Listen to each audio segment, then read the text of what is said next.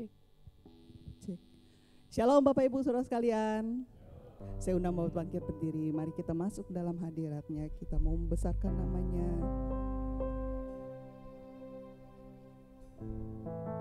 Karena dia layak kita sembah.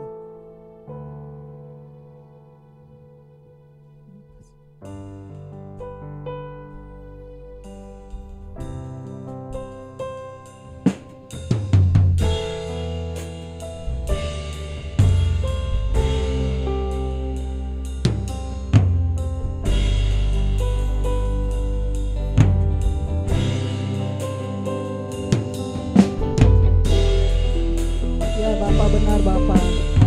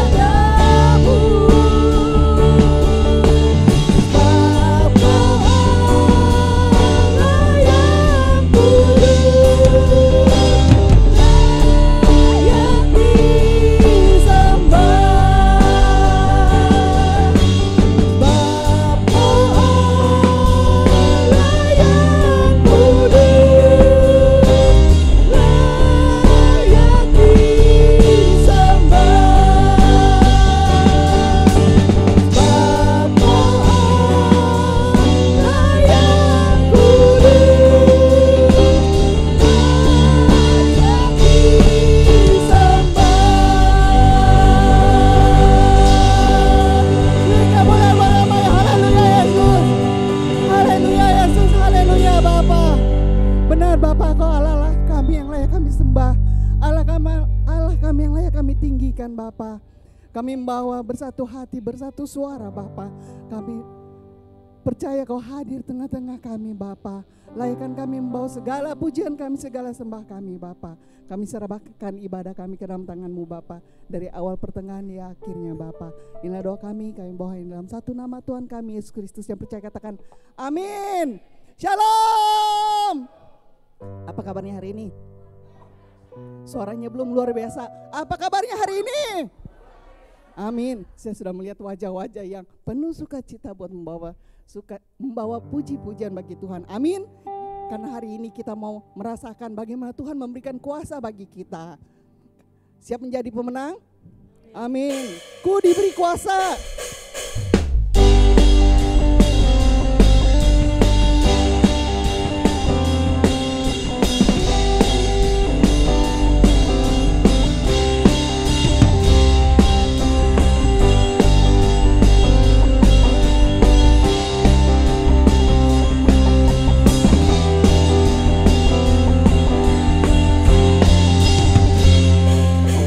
Ku diberi kuasa dari Raja.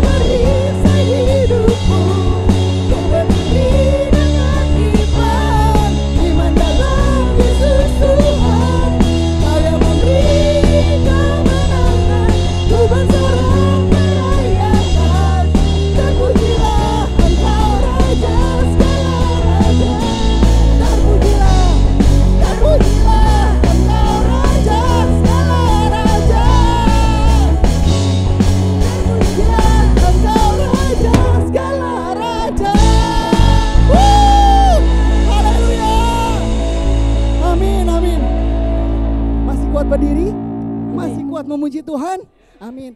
Bagi Bapak Ibu yang mungkin sudah capek, sudah gak kuat berdiri, saya persilahkan buat duduk. Tapi yang masih kuat berdiri, kita tetap memuji Tuhan. Amin.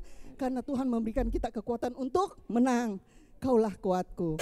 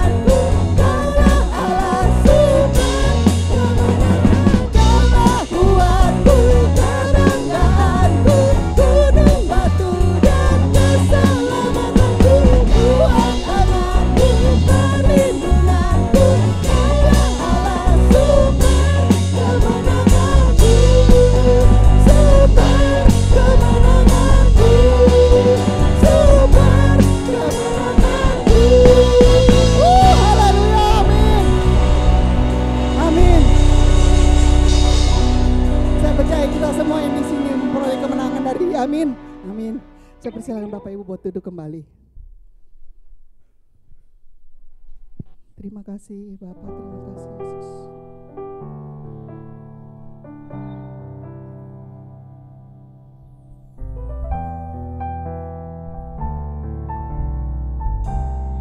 Terima kasih Yesus, terima kasih. Kami mau terus memuji Engkau Yesus. Kami mau terus berseru dalam nama-Mu Bapa. Karena kami percaya Kau sumber kemenangan bagi kami Bapa, bagi kehidupan kami Bapa. Biarlah mulut kami selalu memuji akan Engkau Bapa. Biarlah dari mulut kami selalu mengeluarkan puji-pujian bagi-Mu Bapa. Terima kasih Yesus, terima kasih.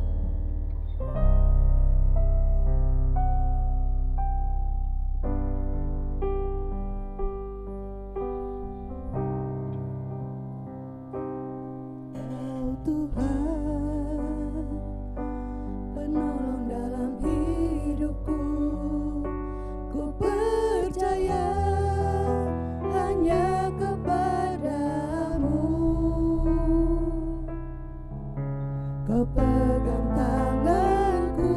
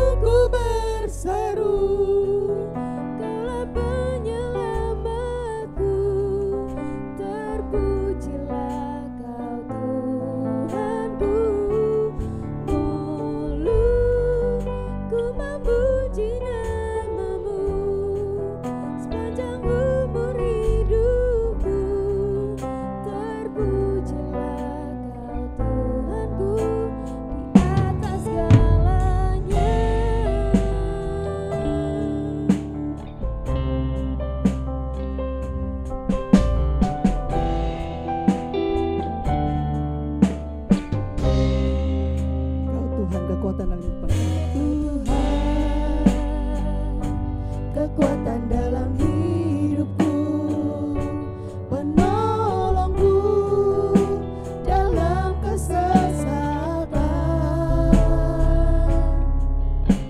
Kau gunung batuku dan pertahananku, Yesus, kau kemenanganku. Yesus, padamu ku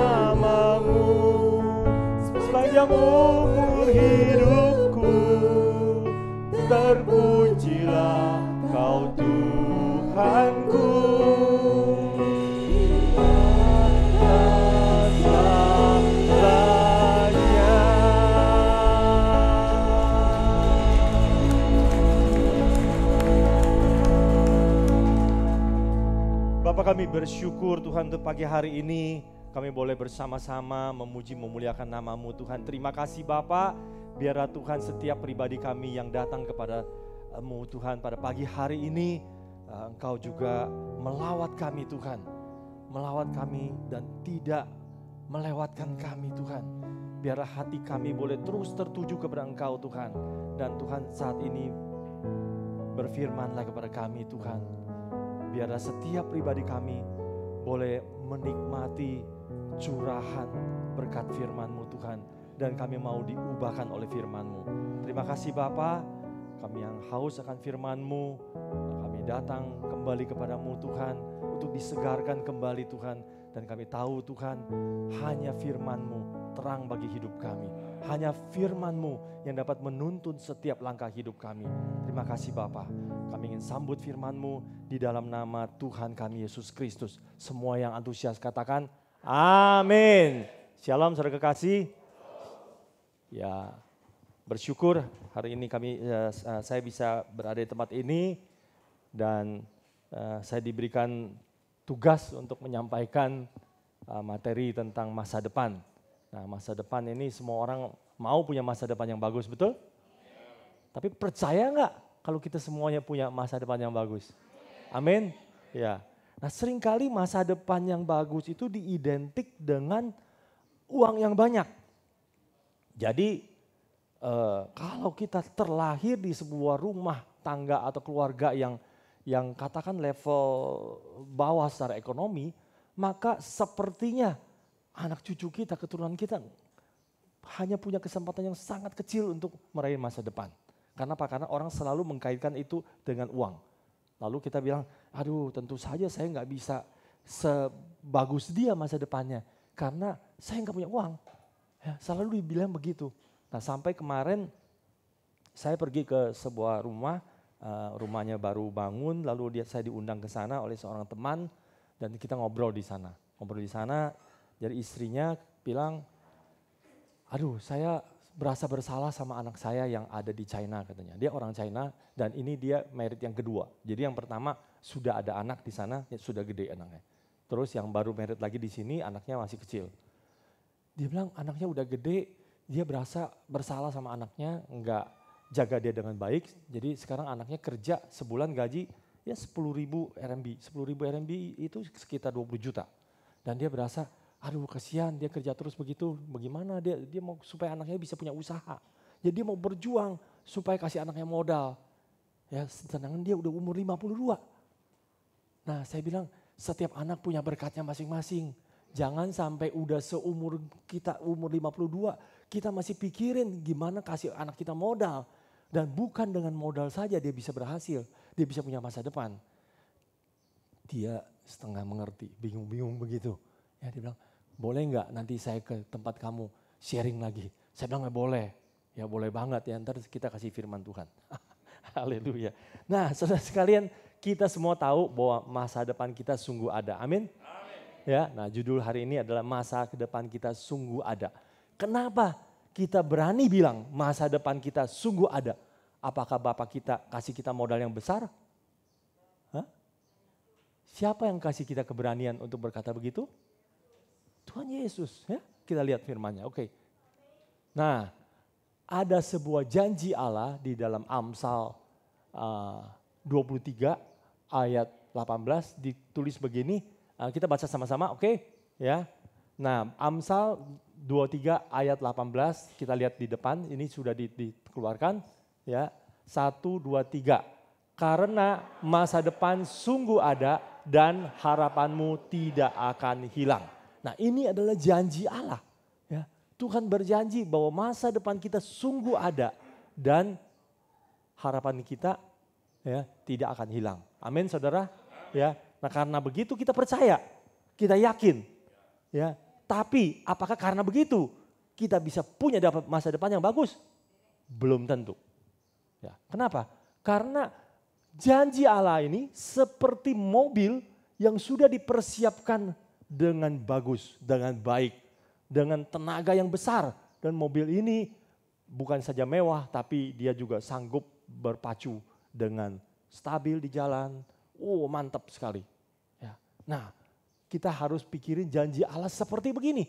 Tapi kalau mobil itu tidak ada yang bawa, tidak ada yang setir, kita tidak setir mobil itu, maka mobil itu tidak akan sampai kepada tujuan yang kita mau.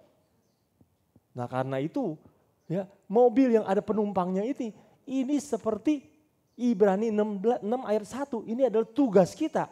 Ya, kita baca sama-sama Ibrani 6 ayat 11. 1, 2, 3. Tetapi kami ingin supaya kamu masing-masing menunjukkan kesungguhan yang sama untuk menjadikan pengharapanmu suatu milik yang pasti sampai pada akhirnya. Nah, kalau Tuhan sudah memberikan janjinya, tapi kita tidak melakukannya dengan sungguh-sungguh, ya, maka kita nggak akan sampai kepada pengharapan kita yang akhir. Amin, saudara. Ya, jadi kita mau belajar bagaimana kita sungguh-sungguh melakukan, ya, sehingga janji Allah itu digenapi di dalam hidup kita. Amin. Oke, kita lihat lagi. Nah, ada 3 langkah ya untuk meraih masa depan.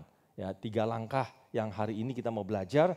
Ya, mungkin nanti ada kiat-kiat lain yang bisa disampaikan oleh motivator atau apa, tapi saya jamin ya itu tidak akan serta-merta membawa kita kepada masa depan. Karena masih banyak hal-hal yang kita lakukan dengan tidak tepat. Ya. Nah, karena itu kita belajar dari firman Tuhan, bukan belajar dari konsep-konsep dunia. Ya, hari ini yang saya ingin kita sama-sama belajar adalah konsep dari firman Tuhan. Apa yang Tuhan ingin arahkan kita. Ya, bukan dengan cara-cara, apakah kita main saham harus dengan cara begini atau dengan cara begitu, ya, atau kita mau jualan apa supaya lebih berhasil, bukan itu. Ya, kita lihat dari sumbernya, dari pokoknya. 3 langkah. Ya, langkah pertama adalah kita harus keluar dari perbudakan Mesir. Nah, saya ingin membawa saudara-saudara untuk berpikir kembali bagaimana bangsa Israel ditekan di Mesir, ya mereka bekerja dengan begitu susahnya sampai mereka menjerit kepada Tuhan, ya, dan Tuhan membawa mereka keluar dari Mesir menuju tanah Kanaan. Ya, nah kita mereview kembali cerita seperti itu, begitu. Nah, jadi langkah pertama adalah kita harus keluar dulu dari perbudakan Mesir, lalu langkah kedua kita juga harus berhasil keluar dari padang gurun, melewati pencobaan di padang gurun, dan baru step ketiga kita masuk ke tanah Kanaan. Amin, saudara. Saudara semua masih ingat perjalanan ini ya dari Mesir sampai tanah Kanaan. Ya, saya yakin semua orang percaya di tempat ini tahu cerita ini dan tahu bahwa pengalaman bangsa Israel bagaimana sulitnya mereka keluar dari tanah Mesir, perbudakan Mesir dan menuju kepada tanah Kanaan. Oke, lihat lagi step berikutnya. Keluar dari perbudakan Mesir. Nah, kita sekarang ayat utama yang kita mau baca adalah Mazmur 1 ayat 1 sampai 3. Nah, Mazmur 1 ayat 1 kita baca sama-sama ya. Yang di dalam kurung menderitalah itu jangan dibaca dulu, yang lain semua dibaca. Mazmur 1 ayat 1, 1, 2, 3. Berbahagialah orang yang tidak berjalan menurut nasihat orang fasik, yang tidak berdiri di jalan orang berdosa, dan yang tidak duduk dalam kumpulan pencemooh. Nah, kita tahu ayat ini sudah sangat sering kita baca, ya, tapi kadang-kadang kita tidak sungguh-sungguh melihat sampai ke dalam sedalam-dalamnya.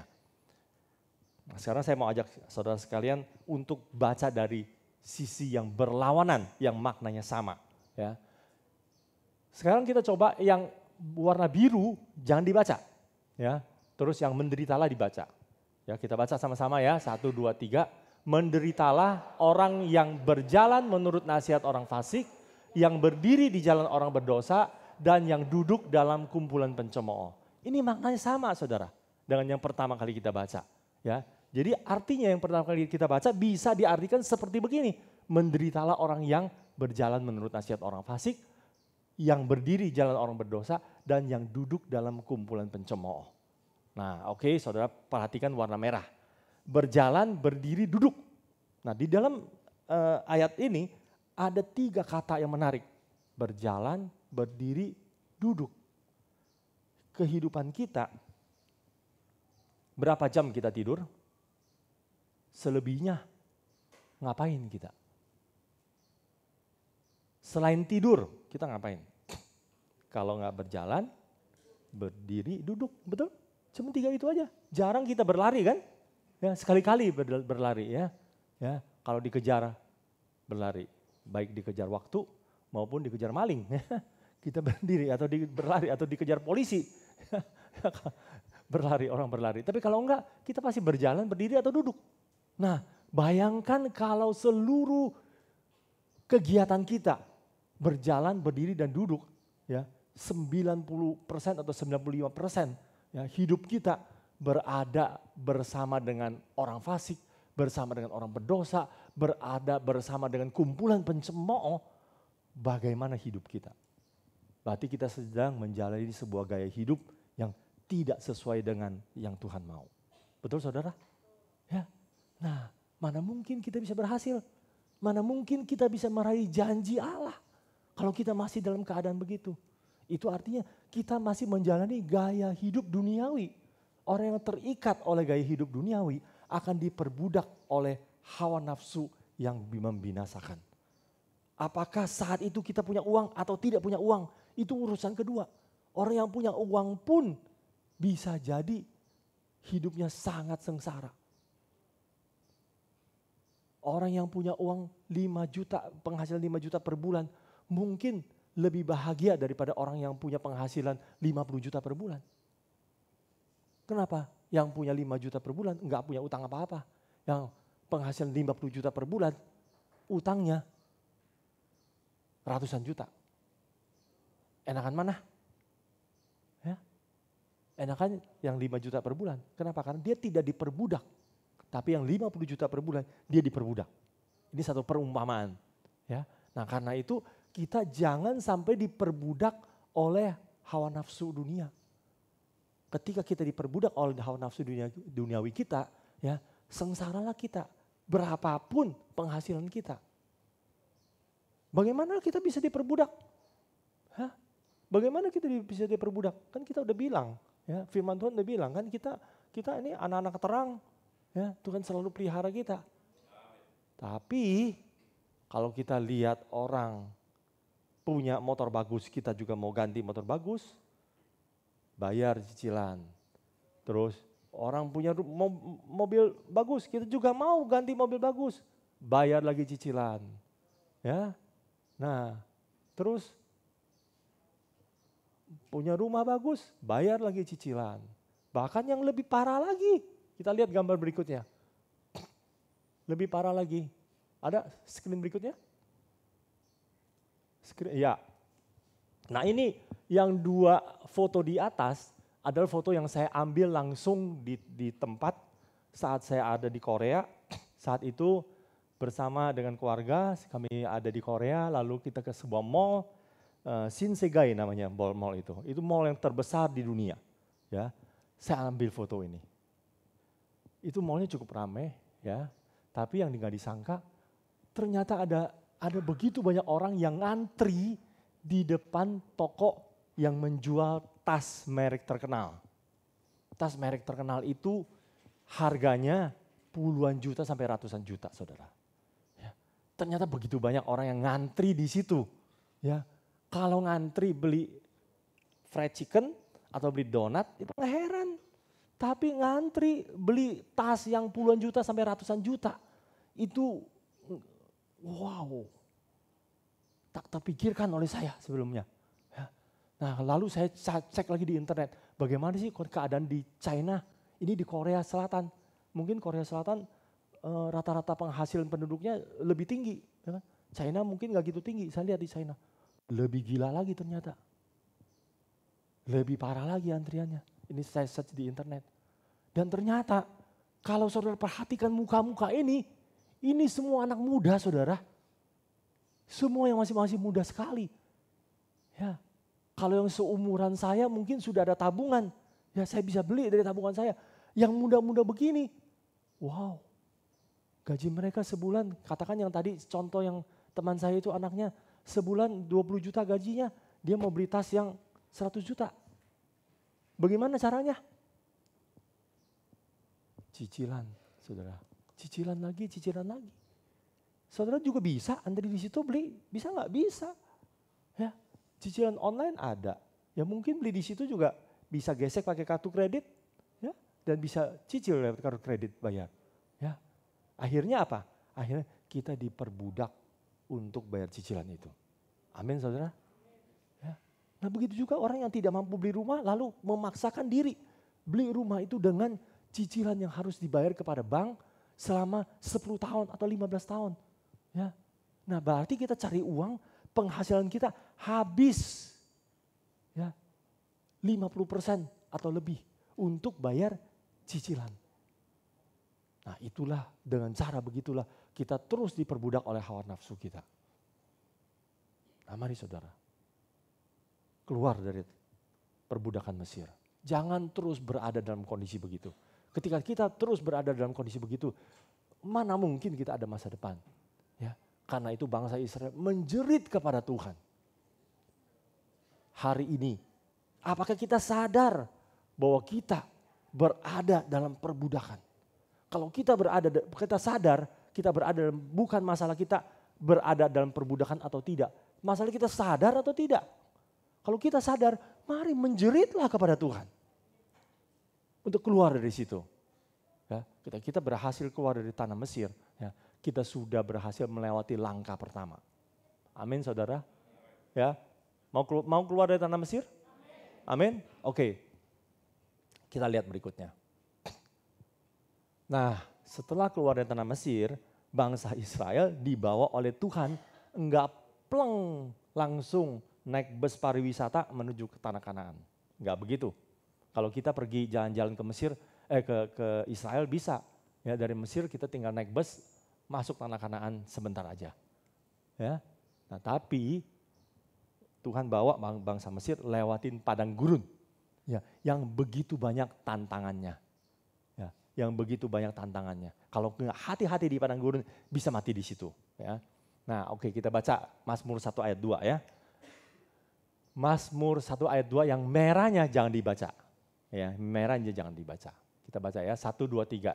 Tetapi yang kesukaannya ialah Taurat Tuhan dan yang merenungkan Taurat itu siang dan malam. Ia seperti pohon yang ditanam di tepi aliran air yang menghasilkan buahnya pada musimnya dan yang tidak layu daunnya. Oke.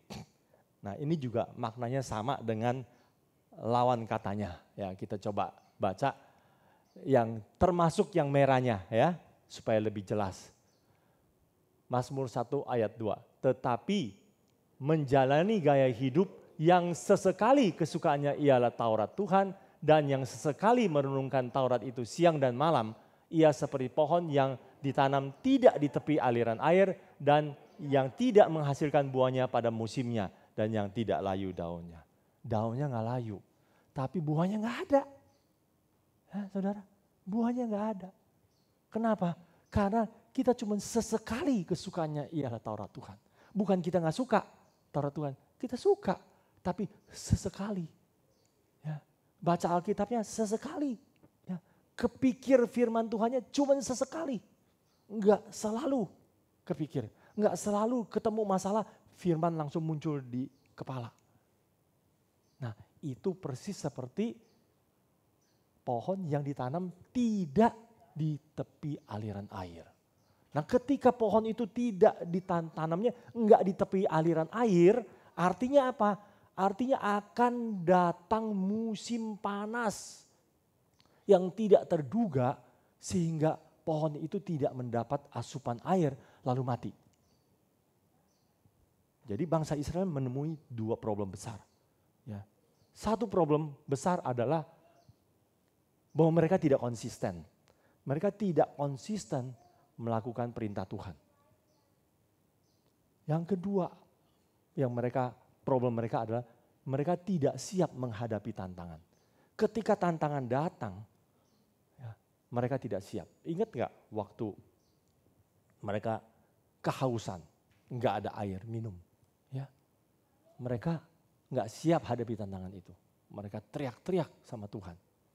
Ya, bilang kalau udah teriak-teriak sama pemimpinnya. Kalau begitu mendingan kita di Mesir aja katanya. Mendingan kita di Mesir aja. Nah, mereka tidak siap hadapi tantangan. Kenapa? Karena firman itu enggak selalu ada di dalam hati mereka. mereka enggak ditanam di tepi aliran air. Nah, ketika kita juga begitu, firman itu tidak selalu berada di dalam hati kita. Kita sama dengan pohon yang tidak ditanam di tepi aliran air. Sehingga kita selalu mengeluh sama Tuhan. Ketika ada tantangan datang, kita berasa kok susah begitu. Kenapa begini? Kenapa begitu? Waduh, ya mendingan saya gak percaya sama Tuhan lah. Udah mendingan saya di Mesir aja dah. Meskipun kerjanya susah tapi setiap hari ada makan, ada minum. Nah jadi mari saudara, kita harus siap. Kita harus siap hadapi tantangan. Bagaimana kita siap hadapi tantangan? Ya kita harus ada di tepi aliran air. Air kehidupan yang tidak pernah kering dalam hidup kita. Amin saudara. Ya. Nah kalau kita nggak mau di situ, kita nggak bisa saudara. Nggak bisa keluar dari padang gurun. Putar-putar terus di padang gurun. Ya. Nah karena itu mari saudara, jangan sesekali kesukaannya ialah Taurat Tuhan. Tapi memang terus-terusan yang kesukaannya ialah Taurat Tuhan. Dan yang merenungkan Taurat itu siang dan malam. Nah itu menjadi gaya hidup kita yang konsisten. Yang jadi problem bagi orang yang tidak sukses karena mereka tidak konsisten. Jadi tidak konsisten dalam segala hal. Misalnya ya, kadang-kadang rajin, kadang-kadang malas. Itu juga tidak konsisten. Ya. Kadang-kadang taat sama perintah Tuhan. Oh ya yang ini saya nggak boleh. Yang ini saya boleh. Saya jalan. Tapi kadang-kadang aduh buktinya dia tuh enak bener. Ya. Lebih gampang jalan hidup dia. Ya, lebih sukses, lebih kaya. Sedangkan saya yang jujur, yang lakukan sesuatu sesuai dengan firman Tuhan. Enggak kaya-kaya. Ya, malah kebentur sini, kebentur sana. Ya udah deh, saya tiru-tiru juga deh cara dia lah. Ya, orang pakai cara yang neko-neko, kita juga pakai cara yang neko-neko dah. Yang penting bohong untuk kebaikan katanya. Bohong untuk kantong sendiri. Ya. Nah itu namanya tidak konsisten.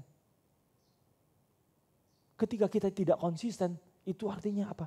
Kita tidak selalu dituntun oleh firman Tuhan. Firman Tuhan itu tidak melekat di dalam pikiran kita. Sehingga ketika ada panah iblis masuk ya ke kita, masuk tuh itu pikiran-pikiran jahatnya. Nah bahaya. Kapan kita bisa keluar dari padang gurun kalau begitu? Ya, kita nggak mau konsisten dan kita tidak bisa hadapin tantangan.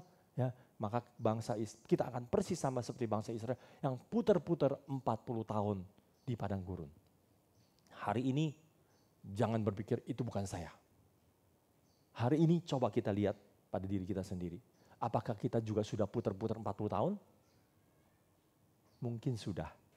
Ya. Kalau sudah sadarlah. Ya. Cepat-cepat kita mau keluar dari padang gurun. Kalau kita tidak keluar dari padang gurun, kita nggak ada masa depan saudara. Ya.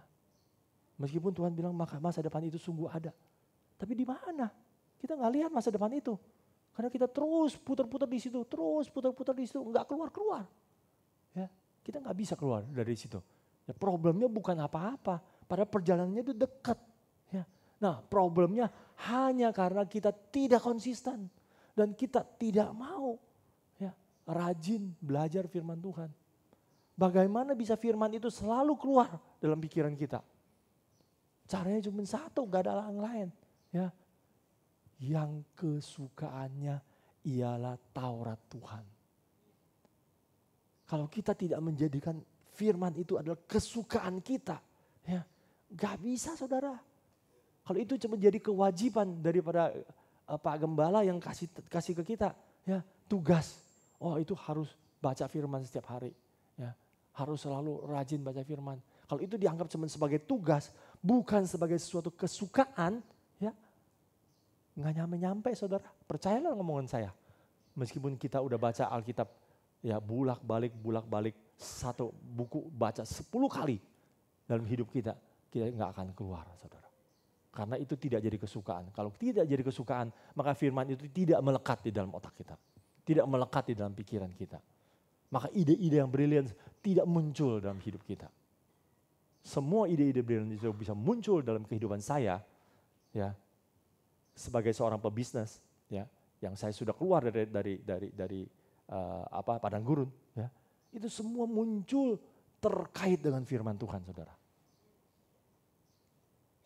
Karena saya berasa, wah, amazing, luar biasa sekali. Kenapa bisa begitu, gitu loh? Tahu-taunya itu bisa muncul dan itu semua ada dasar firman-Nya. Dulu saya dagang, saya selalu berpikir, kalau saya bisa untung lebih besar, kenapa harus untung lebih kecil? Ya, bodoh sekali saya. Kalau saya bisa untung 50.000, lalu saya cuma ambil untung 20.000. Emangnya saya kerja sosial? Ya. Nah, kan tuipuci ziji. Orang-orang Cungkoiren bilang begitu kan? Ya. Nah, bukan begitu, saudara. Ya. Nah, itu kan kalau kita bisa untung besar, kenapa harus untung kecil? Nah, itu kan nggak sesuai dengan firman. Yang firman mau itu adalah apa? Berilah maka kamu akan diberi. Oke? Nah, sekarang saya rubah konsepnya. Saya pakai konsep firman Tuhan. Kalau bisa jual lebih murah, kenapa harus jual lebih mahal? Ini kan beda. Dibalik kan konsepnya. Kalau bisa jual lebih murah, kenapa harus jual lebih mahal? Nah, kenapa bisa begitu? Nah, konsep ini terkait dengan kalau kita memberi, maka kita akan diberi. Ya. Nah, apa hubungannya dengan bisnis? Hubungannya ada, saudara. Kemarin baru saya juga cerita ke teman saya. Saya bilang, ketika kita memberikan nilai kita, value kita, ya, dan ketika nilai kita diakui oleh orang, sehingga orang membutuhkan kita, membutuhkan pelayanan kita, ya, maka orang terus akan cari kita. Dan uang itu akan datang sendiri kepada kita. Tapi ketika kita tidak dibutuhkan oleh orang lain, kita hanya cari keuntungan untuk diri kita sendiri dan tidak menguntungkan orang lain hidup kita, maka kita akan ditinggalkan oleh orang. Bisnis apapun juga akan begitu. Bisa mengerti, saudara? Ya, nah, ini sesuai dengan firman Tuhan. Nah, orang yang nggak ngerti firman bagaimana? Nah, ini ceritanya ada lagi nih, waktu saya masih kecil nih, masih SMP betul.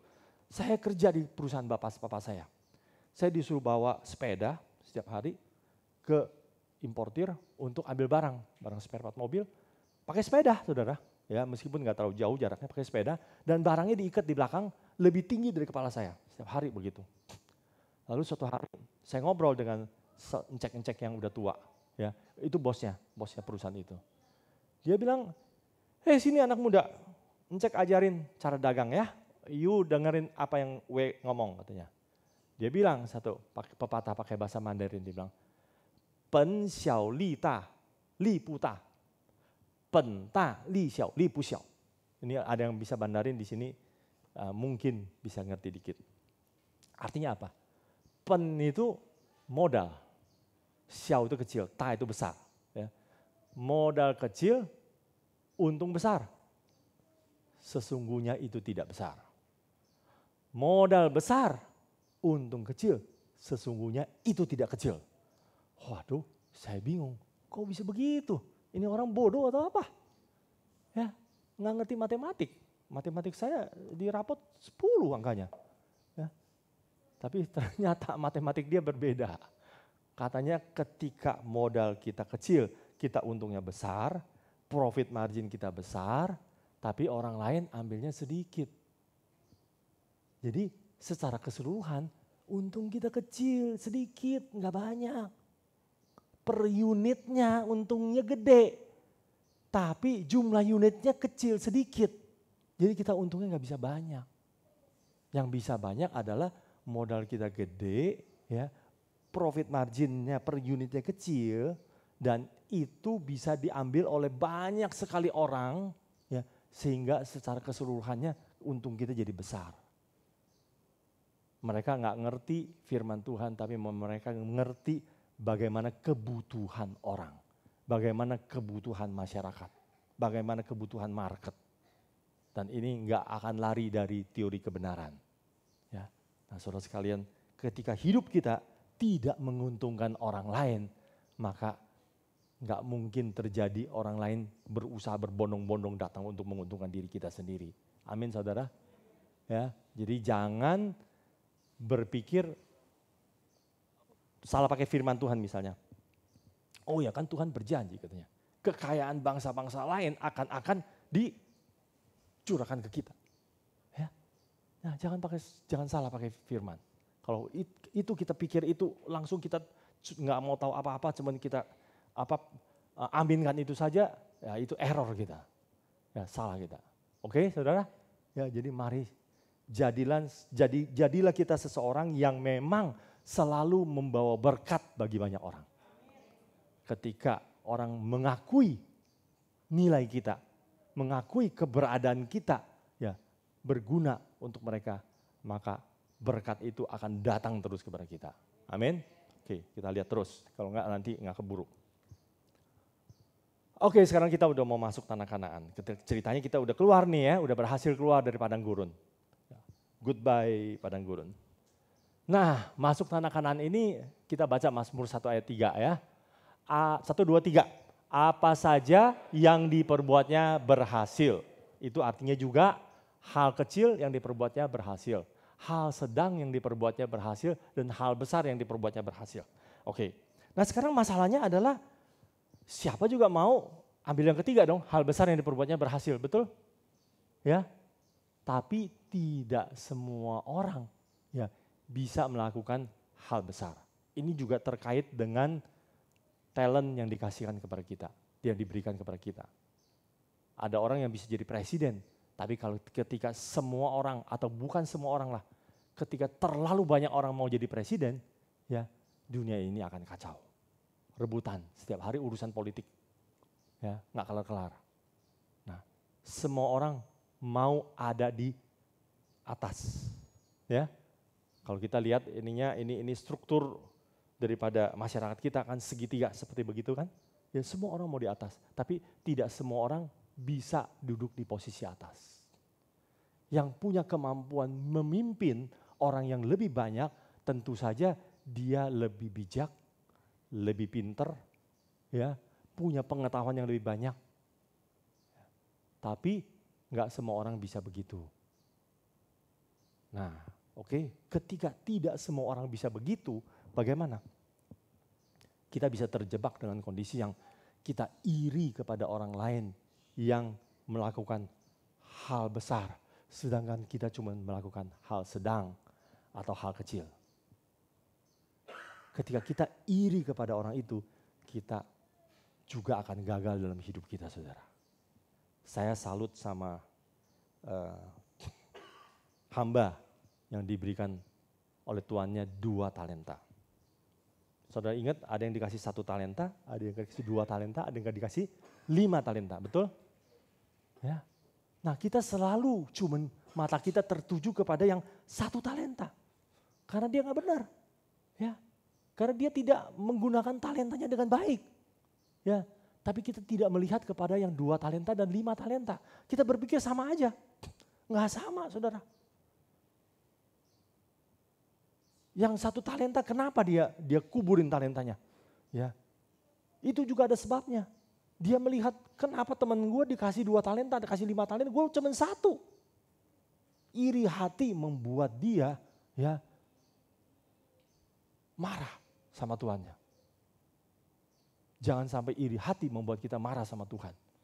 Karena talenta kita kok cuma sedikit. Kenapa? Dia lahir sebagai anak orang kaya, sedangkan saya lahir sebagai anak petani. Keluarga saya, nenek moyang saya, kakek saya bukan lahir dari anak raja. Bukan lahir dari pengusaha besar di China, bukan. Dia lahir dari anak petani. Karena itu kita perlu salut sama yang 2 talenta. Yang mendapat 2 talenta, dia tidak iri hati dengan yang dapat 5 talenta. Dia kembangkan yang 2 talenta itu dengan baik, saudara. Karena itu kita harus belajar dan punya sikap hati seperti hamba yang terima 2 talenta saja. Amin, saudara? Amin. Oke, kita lihat lagi selanjutnya. Nah, sekarang kita mau belajar dari apa yang diperbuatnya berhasil. Ada 3 jenis orang yang berhasil di dalam perjalanan bangsa Israel menuju tanah Kanaan. Ya. Jadi pertama adalah Yosua dan Kaleb. Saya keingat Yosua melulu. Yosua dan Kaleb. Ya.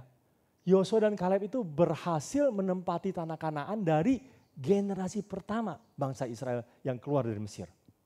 Kenapa? Karena mereka taat dari awal sampai akhirnya. Betul? Ya, kita mau menjadi orang seperti itu. Semua orang mau. Ya. Tapi ada orang jenis kedua. Orang jenis kedua adalah Bani Ruben dan Bani Gad. Kalau saudara baca dengan teliti, Bani Ruben dan Bani Gad ketika mereka mendekati tanah Kanaan, mereka minta sama Yosua dan Kaleb. Ya, kalau boleh kami minta tanah yang di pinggir Kanaan itu. Ya, namanya tanah Gilead. Jadi mereka berhasil menempati pinggir Kanaan, tanah Gilead. Padahal mereka bisa masuk sampai ke tanah Kanaan dan bisa mendapat tanah di situ. Tapi mereka melihat ini sudah bagus di pinggir Kanaan. Itu sudah bagus, sudah cocok untuk mereka, ya, bisa berternak dengan baik, dengan banyak. Seringkali kita diberikan oleh Tuhan, ya, janji Tuhan sampai tanah Kanaan. Tapi kita baru berhasil sampai satu step level yang lumayan aja, kita udah seneng. Ya, kita udah gak berpikir untuk masuk lagi ke tanah Kanaan. Daripada masuk ke tanah Kanaan nanti banyak masalahnya, ya, mesti rebutan lagi sama orang. Ya udahlah, saya di sini aja. Padahal janji Tuhan gak mungkin salah, saudara. Gak mungkin tanah Kanaan itu, tanah Gilead itu lebih bagus posisinya daripada tanah Kanaan. Minimal kita harus berpikir kalau Tuhan sudah janji tanah Kanaan, ya, minimal nanti hadirat Tuhan akan ada di situ. Pusat hadirat Tuhan ada di tanah Kanaan. Dan sedangkan Bani Ruben dan Bani Gad, ya, memilih tanah yang lebih jauh daripada pusat hadirat Tuhan. Janganlah kita menjadi orang yang merasa puas tapi kita menjauh dari hadirat Tuhan. Kita tidak memilih bagaimana hidup kita lebih dekat dengan hadirat Tuhan. Berhasil nggak? Berhasil dia. Nggak susah lagi dia. Ya, tapi hidupnya jauh dari hadirat Tuhan. Amin, saudara. Ya, oke. Kita lihat lagi Musa. Musa berhasil nggak? Berhasil, saudara. Ya, dia tidak berhasil masuk tanah Kanaan. Tapi makna kehadiran dia jauh lebih besar daripada orang yang berhasil masuk tanah Kanaan. Kita selalu melihat Musa dari sisi yang kurang tepat kadang-kadang. Oh, Musa itu nggak taat. Dia ketok itu 2 kali. Tuhan bilang, lu nggak bisa masuk tanah Kanaan deh. Ya. Nah, saudara sekalian, jangan cuma melihat dari sisi negatifnya, tapi ada sisi positifnya yang luar biasanya dia. Ya, meskipun Tuhan udah bilang, lu nggak masuk tanah Kanaan, dia nggak berpikir kalau gitu, Tuhan tongkatnya gue kasih orang lain aja deh. Ya, gue mau mati aja deh. Ya, ngapain gue capek-capek lagi? Ya enggak, saudara. Dia tetap setia membawa bangsa Israel sampai akhir hayat dia. Musa berhasil mempersiapkan bangsa Israel masuk tanah Kanaan. Nah, saudara sekalian, kita di sini juga banyak yang umurnya mendekati Musa mungkin udah. Ya. Mungkin ya ini mungkin. Ya. Kita sudah enggak keburu untuk masuk tanah Kanaan. Ya. Tapi apa kita melakukan tugas kita seperti Musa? Kita mempersiapkan generasi berikutnya dari kita untuk masuk tanah Kanaan. Ketika kita juga lakukan itu, kita juga berhasil. Masa depan kita juga ada. Amin, saudara. Amin. Ya, nah karena itu saudara, ya ini waktunya udah pas ya. Kalau lebih lewat lagi nanti ada yang ngantuk. Oke, lihat berikutnya. Nah, ini foto yang saya ambil di Chinatown di Peak. Ya. Saya foto, ini ada satu namanya Dewa Chaisen. Ya, kalau saudara ada di sini ada dari keturunan Chinese akan tahu ini Dewa Chaisen dulu. Banyak generasi kita yang sebelumnya menyembah dewa ini dewa harta. Jadi kalau orang menyembah dewa ini berasa, oh nanti saya ada duit masuk, dapat duit banyak. Ya. Nah ini Dewa Chaisen. Nah sebenarnya ini orangnya aslinya ada. Aslinya adalah seorang pejabat tinggi ya di sebuah kerajaan. Ya, kayak kira-kira menteri keuangan lah ya, yang berhasil mengelola itu dengan sangat baik, dengan luar biasa. Nah cuman ini orang selanjutnya ini salah tingkah. Yang begini disembah sebagai dewa. Ya, karena itu saya juga mau ingatkan saudara-saudara sekalian kita di tempat ini. Jangan jadikan Yesus seperti ini. Ketika kita menyembah Tuhan Yesus, hanya karena kita melihat dia sebagai caisannya kita, dewa uangnya kita yang bisa memberkati kita berlimpah-limpah. Ya, tujuan kita cuman itu, bukan karena kita mengasihi Tuhan Yesus dan kita mau sungguh-sungguh menjadi muridnya. Ya, kita terjebak hidup kita dalam keadaan begitu. Oke, maju lagi. Nah, ini saya mau ajak kita review ya. Bangsa Israel keluar dari tanah Mesir dengan grafik seperti begini. Ketika mereka ada di tanah Mesir, ya, di dalam perbudakan Mesir, mereka berada dalam titik yang paling rendah. Ya, mereka tidak percaya diri, mereka teriak kepada Tuhan, mereka begitu sengsara. Tapi begitu mereka bisa lewatin Laut Merah, ya, Laut Merah apa Laut Hijau atau Laut Hitam itu Laut Merah mungkin ya. Senang sekali mereka udah keluar dari Mesir. Ya, mereka bebas. Aku bebas, sudah bebas, merdeka. Ya, wah, rasa percaya dirinya sangat tinggi. Begitulah juga hidup kita. Ketika kita keluar dari perbudakan Mesir, kita berasa begitu pedenya, begitu percaya dirinya. Tapi langsung rasa percaya diri itu jatuh ke jurang yang paling dalam ketika mereka menghadapi masalah di padang gurun. Ini juga sering kita hadapi dalam hidup kita. Ketika kita menghadapi masalah yang besar, kita sedang melewati pencobaan padang gurun. Langsung down sampai yang serendah-rendahnya. Nah, ketika udah down sampai serendah-rendahnya, mereka mulai step by step naik.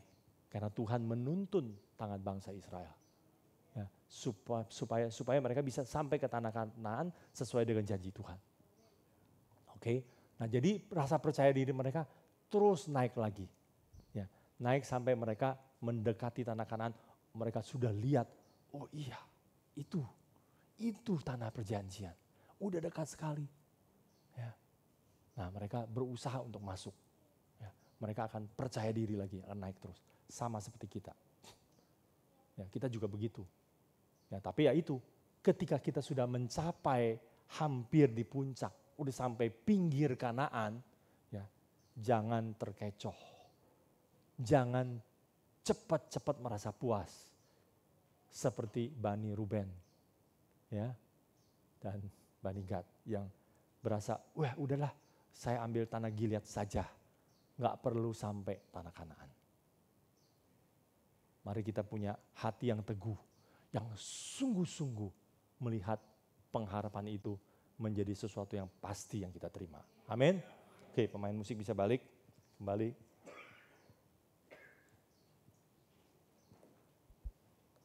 Ya, sekali lagi hari ini saya ingatkan saudara-saudara sekalian, masa depan itu bukan cuman uang yang banyak.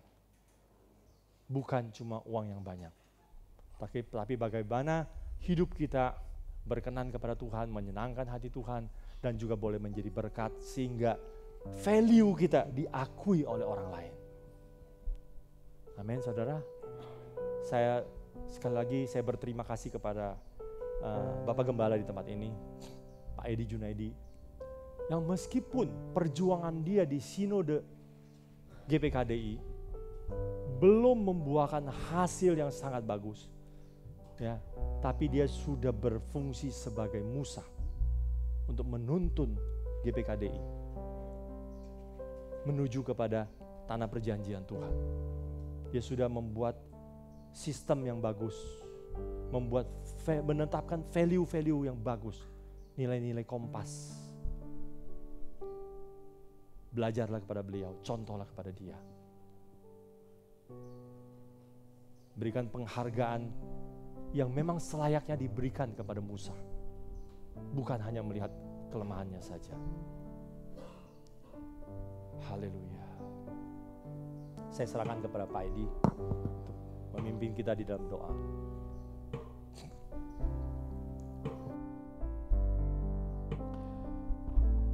Mari saudara, kita buka hati kita, kita sama-sama bangkit berdiri.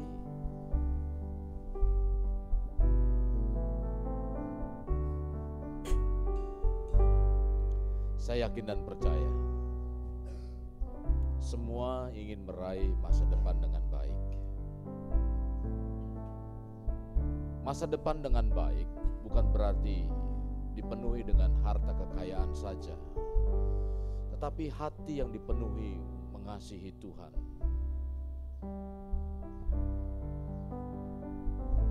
Karena dengan harta kekayaan yang ada, kalau hati tidak dipenuhi dengan hati yang penuh percaya kepada Tuhan, penuh dengan keyakinan kepada Tuhan, maka akan terpleset dan mudah jatuh dengan kekayaan yang kita miliki.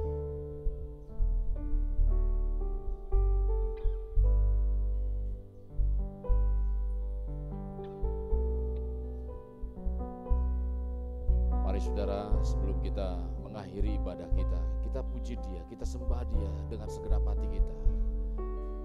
Haleluya.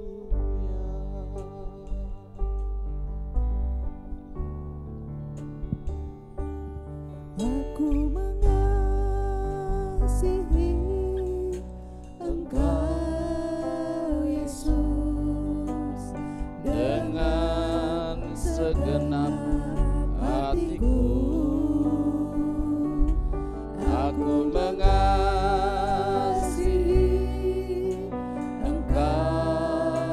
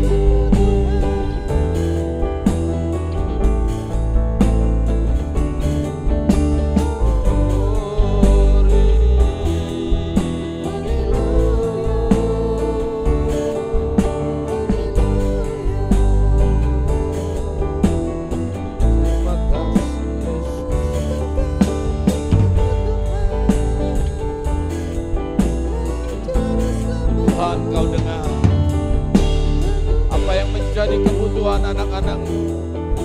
Tuhan Kau lihat, Kau tilik Tuhan apa yang menjadi kerinduan umat-umat-Mu Tuhan. Kami percaya bahwa Engkau sedang menuntun kami. Kami percaya Engkau sedang membawa kami masuk dalam satu terobosan demi terobosan.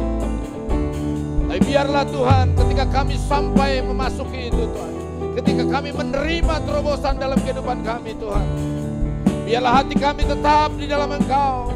Hati kami tetap menempatkan Engkau sebagai Tuhan dan Juru Selamat kami, sebagai Tuhan dalam kehidupan kami Tuhan.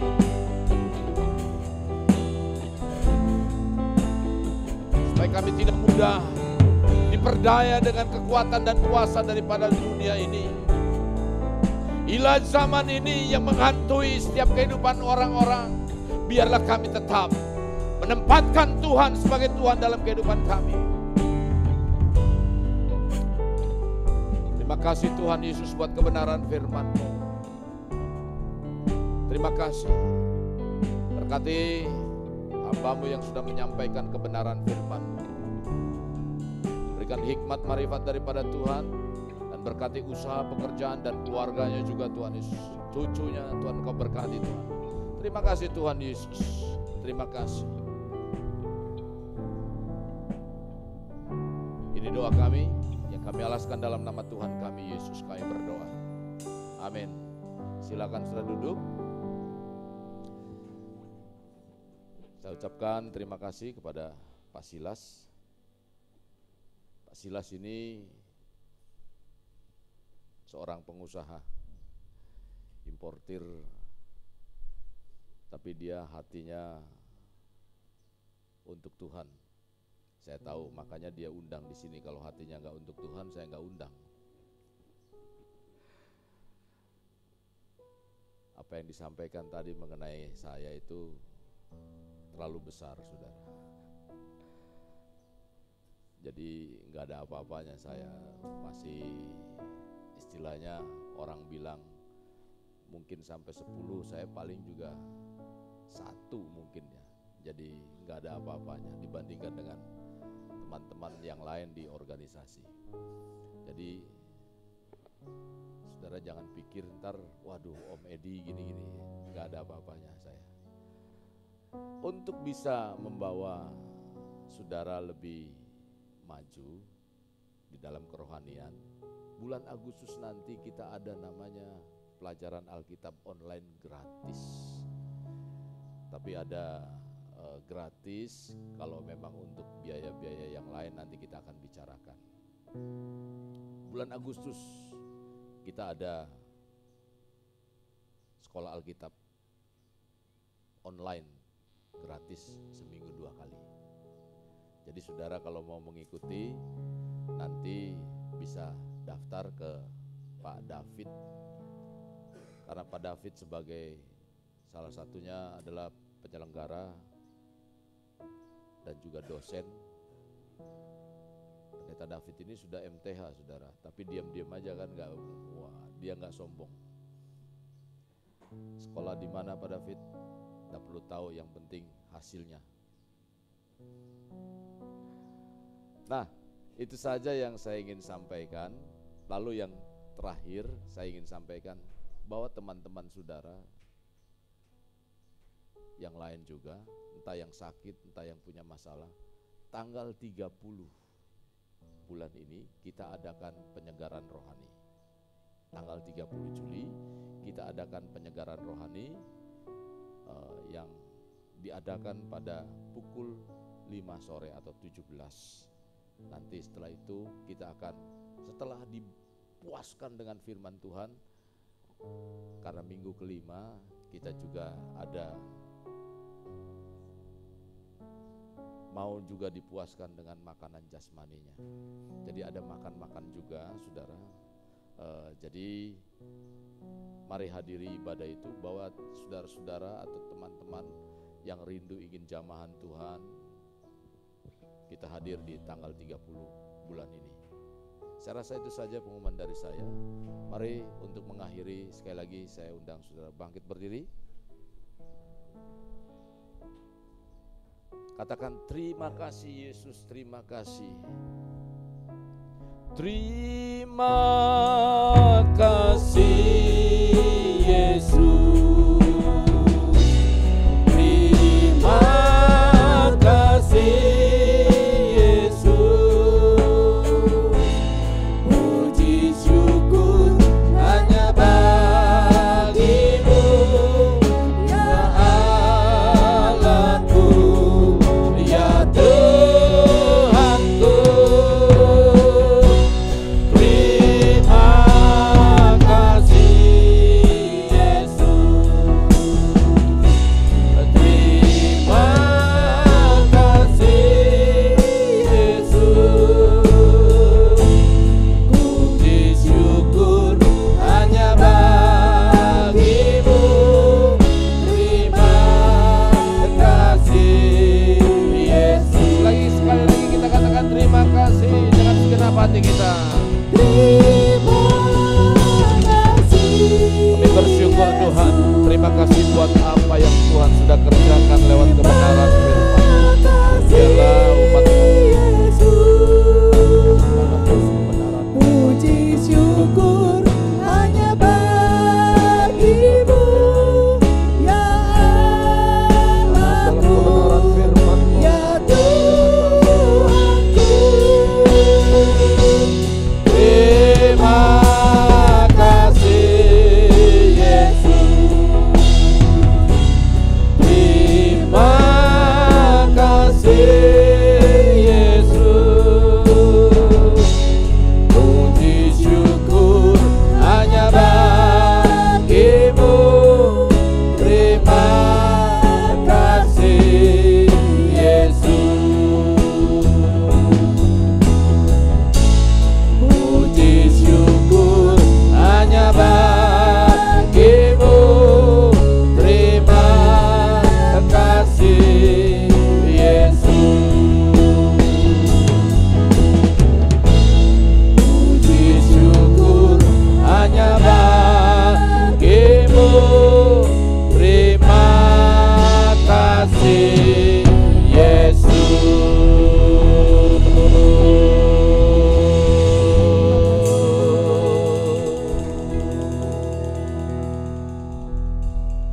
Mari kita sama-sama kedahkan tangan kita. Tuhan, kami naikkan syukur kepadamu. Sebagaimana firman Tuhan katakan, masa depan sungguh ada. Kami percaya Tuhan. Biarlah kami melalui itu bersama dengan Engkau. Kami mengedahkan tangan di hadapan-Mu. Engkau mengetahui kekuatan, kelemahan dalam kehidupan kami. Bahkan Engkau tahu persis apa yang ada dalam hati dan pikiran kami Tuhan. Maka dari itu kami mengedahkan tangan di hadapan-Mu. Seraya kami butuh pertolongan-Mu Tuhan. Kami butuh kekuatan-Mu untuk kami melangkah, agar kami tetap ada di dalam kebenaran firman-Mu, dalam kebenaran-Mu Tuhan. Supaya kami tidak menyimpang ke kanan dan ke kiri. Tetapkan hati kami Tuhan, bahwa Engkau adalah Tuhan dan Juru Selamat kami. Engkau adalah Tuhan yang kuasa berdaulat dalam setiap kehidupan kami. Kami mengedahkan tangan di hadapan-Mu. Kami butuh pertolongan dan penyertaan Roh Kudus untuk kami melangkah. Terima kasih Tuhan Yesus, terima kasih. Kasih Kristus, sebentar kita akan mengakhiri ibadah kita. Terimalah anugerah berkat daripada Allah Bapa, kasih sayang daripada Yesus Kristus, dan persekutuan dengan Roh Kudus yang mencurahkan berkat dalam kehidupanmu. Berkat secara rohani, berkat secara jasmani, dan berkat secara ekonomi. Di mana berkat Abraham, berkat Ishak, berkat Yakub dicurahkan dan dilimpahkan dalam kehidupanmu. Sehingga engkau akan menerima berkat-berkat itu dan memuliakan Tuhan senantiasa. Dan itu menjadi bagian dalam kehidupanmu. Terima dan bawalah itu dalam nama Tuhan Yesus. Mari kita yang percaya berkata, amin. Beri kemuliaan bagi Tuhan.